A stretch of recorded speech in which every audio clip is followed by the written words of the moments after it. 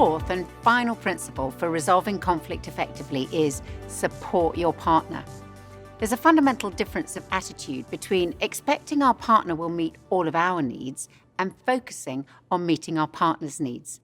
Recently, I read the story of a couple whose marriage had spiraled downwards, so much so that they barely acknowledged each other anymore.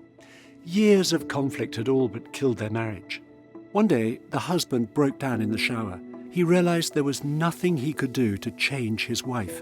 He'd been trying for over 20 years, but he could make some changes himself. The next morning, he asked his wife, "How can I make your day better?"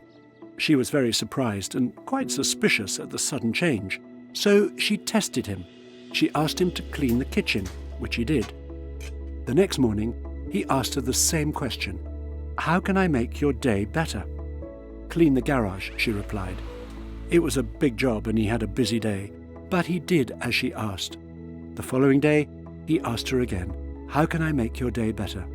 This time she told him there was nothing, but he persisted. He asked her every morning for 2 weeks. Finally, his wife broke down and said, "I should be asking you that." She apologized and said, "Can we just spend some time together?" Now, every day, the couple ask each other how they can make each other's day better, and their marriage has been totally transformed. Focusing not on what our partner can do for us, but on what we can do for them doesn't come naturally or easily to most of us.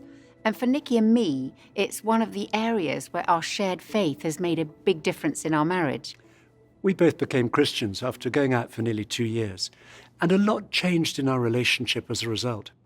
I think in retrospect, one reason was that previously I'd been looking to our relationship and to Scylla to meet all of my deepest needs.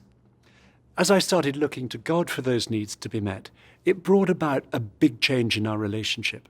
When, as husband and wife, we each look first to God to meet our need for unconditional love, we find a sense of significance, security, and self-esteem. And as Scylla and I experienced those needs being fulfilled in a personal relationship with God, we found we were able to focus more easily on meeting each other's needs. One practical way that Nikki and I try to support each other is by spending a few minutes each day praying with and for one another. This short time of praying isn't only about connecting with God, but also connecting with each other. We simply ask each other, "What can I pray for you today?" And the answer will be about very personal things, whatever's uppermost in our minds. Perhaps things we're worried about, or a difficult decision we have to make, or something to do with one of our children. And then we each say a short prayer about what the other has said. But we also recognize that we can't really pray, and almost certainly we won't feel like praying, if there's unresolved conflict between us, because praying together is such an intimate thing to do. So sometimes before we can pray, we have to say sorry if one of us knows that we've upset the other. And often these few minutes of praying together have been the catalyst for us to understand each other better. We've certainly had to persevere and be intentional about praying together. As with our date nights, it doesn't just happen.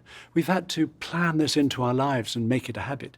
Now, we don't always manage it, but when we do, it's one of the most uniting things we do as a couple. It's a time of connection, and it always makes a difference.